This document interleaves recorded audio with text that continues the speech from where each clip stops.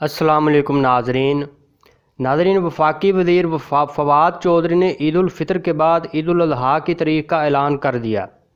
तफसीलात के मुताबिक वफाकी वज़ीर बराए science and technology Fawad Chaudhry ने समाजी राब्ते की वेबसाइट ट्विटर पर ट्वीट करते हुए कहा है कि कैलेंडर के मुताबिक ईद उल अज़हा 31 जुलाई 2020 बरोज़ जुमा होगी।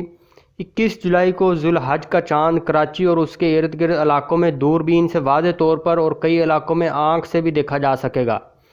उन्होंने मज़ीद कहा कि चाँद की लोकेशन के लिए आप रोएत ऐप भी इस्तेमाल कर सकते हैं।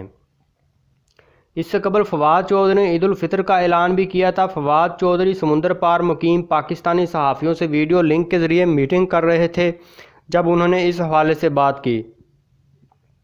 उन्होंने मज़ीद कहा कि मुफ्ती मुनीबुर रहमान और मुफ्ती पोपलजई अलग अलग रास्ते पर खड़े हैं, क्योंकि चाँद किसी के कहने पर अपना मदार तब्दील नहीं करता है और ऐसी सूरत में रवैयत हलाल कमेटी की कोई अमली अहमियत बाकी नहीं है।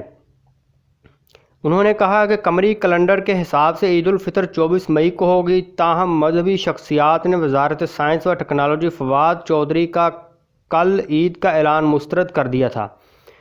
उनका कहना था कि साइंस नहीं रवैयत हलाल कमेटी का एतबार करेंगे। मारूफ मजहबी स्कॉलर मुफ्ती मोहम्मद नईम का कहना है कि फवाद चौधरी की बात का कोई एतबार नहीं। फवाद चौधरी को कोई और महकमा देना चाहिए ताकि बोलने का ज़्यादा मौका मिले।